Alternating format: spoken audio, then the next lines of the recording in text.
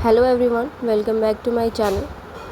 आज फिर मैं टॉप 20 क्वेश्चंस लेके आई हूँ अब आपकी प्रिपरेशंस को एक कदम और आगे बढ़ाने के लिए। और इसके आंसर के साथ साथ मैं आपको इसका एक्सप्लेनेशन भी दूंगी, जिससे ये आपको कॉन्सेप्ट काफ़ी क्लियर हो जाएगा। तो चलिए स्टार्ट करते हैं आज। तो चलिए बढ़ते हैं हम अपने पहले क्वेश्चंस की तरफ।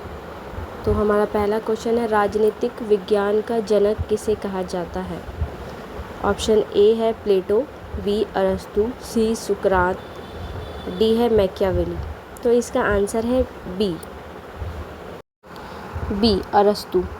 अरस्तु को राजनीतिक विज्ञान का जनक कहा जाता है क्योंकि उन्हें राज्य और सरकार का वैज्ञानिक अध्ययन किया है।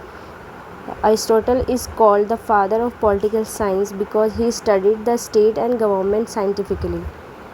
अब हम देखते हैं अपना सेकंड क्वेश्चन। राज्य के 4 आवश्यक तत्व कौन से हैं?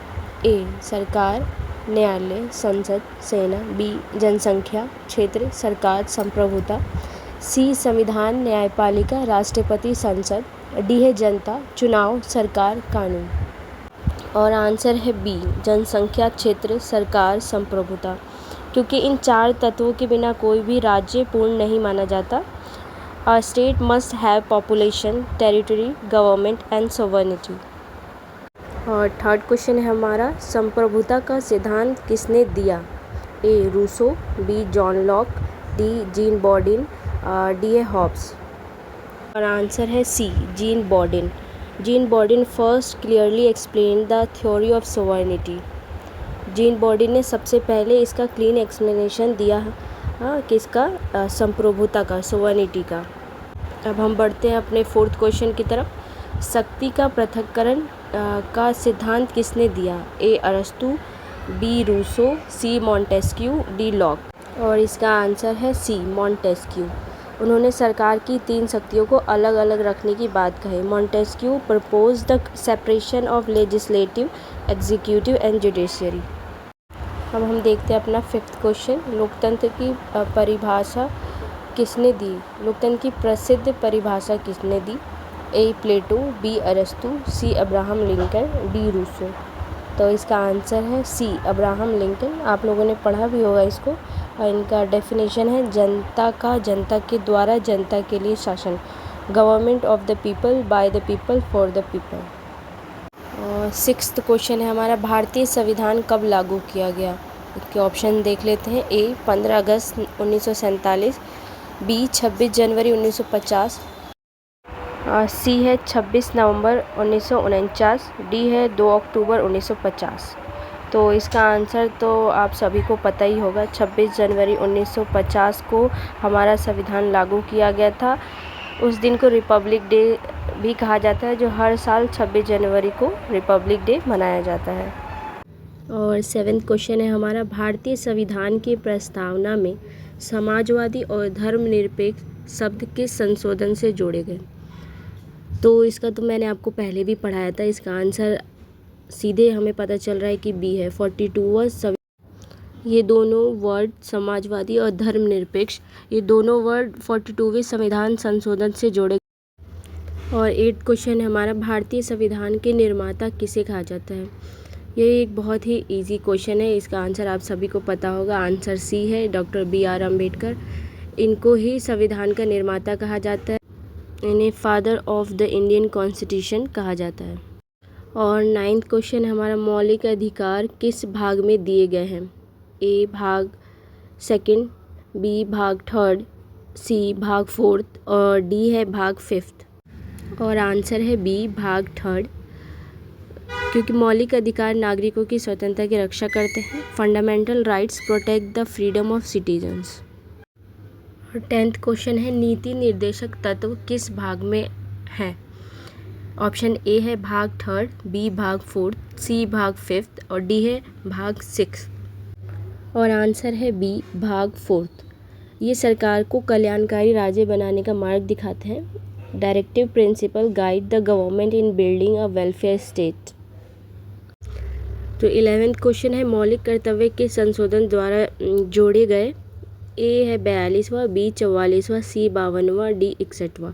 और इसका आंसर है 42वां। क्योंकि मौलिक कर्तव्य जो है 1976 में जोड़े गए थे संविधान में। अब हम बढ़ते हैं अपने 12th क्वेश्चंस की तरफ। जो है भारत ने संसदीय शासन प्रणाली के देश से अपनाई। ए है America, B Britain, C France, D Canada. और इसका आंसर है ब्रिटेन। भारत ने ब्रिटेन की संसदीय व्यवस्था अपनाई। India adopted the parliamentary system from Britain. हम अपना 13th क्वेश्चन देखते हैं। राष्ट्रपति का चुनाव कौन करता है? ए जनता, बी प्रधानमंत्री, सी निर्वाचक मंडल और डी है संसद। तो इसका आंसर है सी निर्वाचक मंडल, इलेक्टोरल कॉलेज। राष्ट्रपति का चुनाव निर्वाचक मंडल करता है। The president is elected by the electoral college. और 14th क्वेश्चन है हमारा, सर्वोच्च न्यायालय कहाँ स्थित है? ए मुंबई, बी कोलकाता, सी नई दिल्ली, डी चेन्नई। तो सभी को पता होना चाहिए सर्वोच्च न्यायालय हमारा कहाँ है। तो सी नई दिल्ली में सर्वोच्च न्यायालय हमारा है। The supreme court of India is located in new Delhi. 15th question देखते हैं। पंचायती राज को संवैधानिक दर्जा किस संशोधन से मिला? ए 42वां, बी 44वां, सी 73वां, डी 74वां। और हमारा आंसर है सी 73वें संशोधन में पंचायतों को संवैधानिक दर्जा मिला। The 73rd amendment gave constitutional status of Panchayati Raj. 16th question हमारा, नगर निकायों को संवैधानिक दर्जा किस संशोधन से मिला? ऑप्शन ए है 73वां, बी 74वां, 46वां और डी है 91वां। तो इसका आंसर है 74वां। नगर निकाय को 74वें संशोधन से संवैधानिक दर्जा मिला। अब हम देखते हैं अपना 17th क्वेश्चन। निर्वाचन आयोग का उल्लेख किस अनुच्छेद में है? ए है अनुच्छेद 320, बी अनुच्छेद 324, सी अनुच्छेद 326 और डी है अनुच्छेद 330। और आंसर है बी, अनुच्छेद 324 में निर्वाचन आयोग का उल्लेख किया गया है।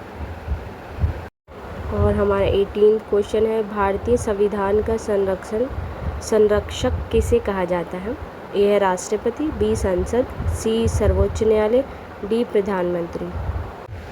और आंसर है सी सर्वोच्च न्यायालय, सुप्रीम कोर्ट। सर्वोच्च न्यायालय संविधान की रक्षा करता है। The supreme court protects the constitution. और 19th क्वेश्चन है हमारा, संविधान सभा के स्थायी अध्यक्ष कौन थे? ए है डॉक्टर राजेंद्र प्रसाद, बी जवाहरलाल नेहरू, सी डॉक्टर अंबेडकर और डी सरदार पटेल। तो इसका आंसर है ए, डॉक्टर राजेंद्र प्रसाद संविधान सभा के स्थायी अध्यक्ष थे। अब हम देखते हैं हमारा लास्ट क्वेश्चन। भारतीय संविधान का सबसे बड़ा स्रोत कौन सा है? ब्रिटिश संविधान, बी भारत शासन अधिनियम 1935, सी अमेरिकी संविधान और डी है आयरिश संविधान। और आंसर है बी, भारत शासन अधिनियम 1935, गवर्नमेंट ऑफ इंडिया एक्ट 1935। भारतीय संविधान के कई प्रावधान भारत शासन अधिनियम 1935 से लिए गए हैं। Many provision of the Indian constitution were borrowed from the government of India act 1935। तो आज की क्लास हमारी यहीं पे एंड होती है। I hope all of these question will be helpful for your TRE exams या कोई भी आपके कॉम्पिटिटिव एग्ज़ाम्स के लिए काफ़ी हेल्पफुल रहेगा। जो भी पॉलिटिकल साइंस से रिलेटेड जिनका भी सब्जेक्ट है उनके लिए काफ़ी हेल्पफुल रहेगा। मैंने पूरी कोशिश की है कि आपको काफ़ी बेसिक से एक कॉन्सेप्ट क्लियर करूं। अगर आपको ऐसे ही क्वेश्चंस और भी आपको चाहिए तो उसके लिए आप मेरे चैनल को सब्सक्राइब कर लीजिए, वीडियो को लाइक कीजिए, बेल आइकन को प्रेस कर लीजिए कि मेरी कोई भी न्यू वीडियो आए तो आप उसको मिस ना कर पाए।